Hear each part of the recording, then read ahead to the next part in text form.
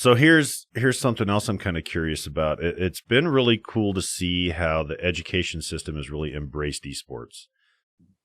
I think, when you look at this is a whole other discussion, but when you look at the education system that we have, at least within the U.S., there's challenges to it, there's benefits to it, you get good and bad with everything. But they have embraced it, and they've embraced it quite well. How much of that, within your industry, do you see? Is there a lot of discussion that you guys have with K through 12 or even higher learning institutions? Is there kind of a back and forth there? So I think it's right now it's where still I would say in like the infancy of esports. So to be honest, a lot of there's also like stigma about age in esports as being like the peak, in your reaction, peak mechanical skill. And I think I'll be completely honest that a lot of the players that we have, spent a lot of their time in, middle school and high school, kind of honing their craft and maybe didn't have the best grades in school. So I know that in the past, like when I was growing up, my parents would kill me if I'm not getting good grades and I'm playing video games. But it's like a lot of the countries, like especially like South Korea, where there's just like a huge, esports was almost like one of the first scenes ever was like StarCraft back in the day here in South Korea, and I think it's kind of developed in a way where if they're good enough, if they're like number one on like the ranked leaderboard in the world or top 10 in the world, their parents go, you know what, it's your passion, you're incredibly gifted at it, just go with it, and then we have a lot of my players have GEDs, just finished high school.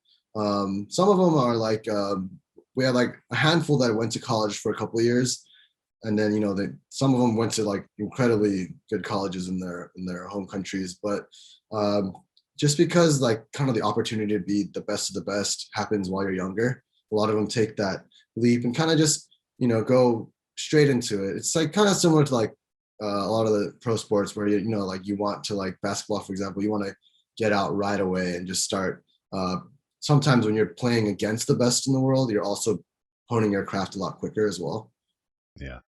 So I gotta grab my phone because I have to do math real quick because I cannot do math this fast. So 32 times 53, 1,696 people. So my son's 11 and loves playing football. Right now he loves playing baseball. And, he was always saying, when I grow up, I'm going to play in the NFL. And I was like, okay. Now, this doesn't take into account how many high school kids are playing football, how many college kids are playing football, how many people are actually football players. That in the reality, there is 1,700 people in the United States out of 350 million that play football. So it's a really hard conversation to have with somebody to say, you're in a position where the odds are extremely stacked against you because when it comes to professional athletes, I've heard people talk about them as superhumans. And to an extent, they are. I mean, their athletic ability is something that I think we marvel at because we don't all have it. Yeah. But esports is something that you don't have to be in the best shape. You don't have to be the smartest, the fastest, the biggest. You don't have to be any of those things. You can be anyone, anything, anytime, and still have more skill than the person that is the biggest, the fastest, whatever. And I think that's where it's kind of a nice little flip on that to where it's kind of like, and I don't know, I'm not trying to disparage it by any means, but it's almost like the common man has a shot at something like that. You know what I mean? It's really kind of heartwarming in a way to where you no longer feel like the underdog. Now, Mr. Superhuman, watch this. I'm going to take you to school kind of thing. Yeah. No, agreed. I mean, it's when you look at like LeBron James or something, it's like the guy is not only is like one of the strongest humans, but he's probably one of the fastest humans that exists on the planet as well. And it's like that rare combination, and especially like when you go from from like the best, you could be the best person in your high school and then not even make it into your D1 into a D1 college, or you could be the best in your high school, be a star in your D1 college and still not make the NFL level, right?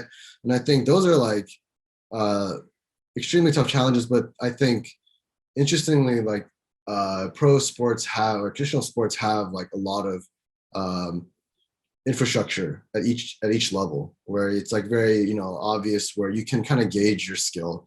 You can kind of gauge, I think there's like that, whether it's the physical, the mental, or like some of like the intangible things. And I think for video gaming, it's like, every person can feel like they can at some point be ranked in the best of the best. And then, sometimes, they have that opportunity, and sometimes the stage pressure, or that big shot you get, that pressure gets to you, and then you're not able to perform in the same way you were at home. And there's so many factors as well that to me, it's like, while anyone can do it, it's still just as difficult to break it in, especially considering there are probably a lot more kids playing video games than there are, actually, playing basketball or football, right?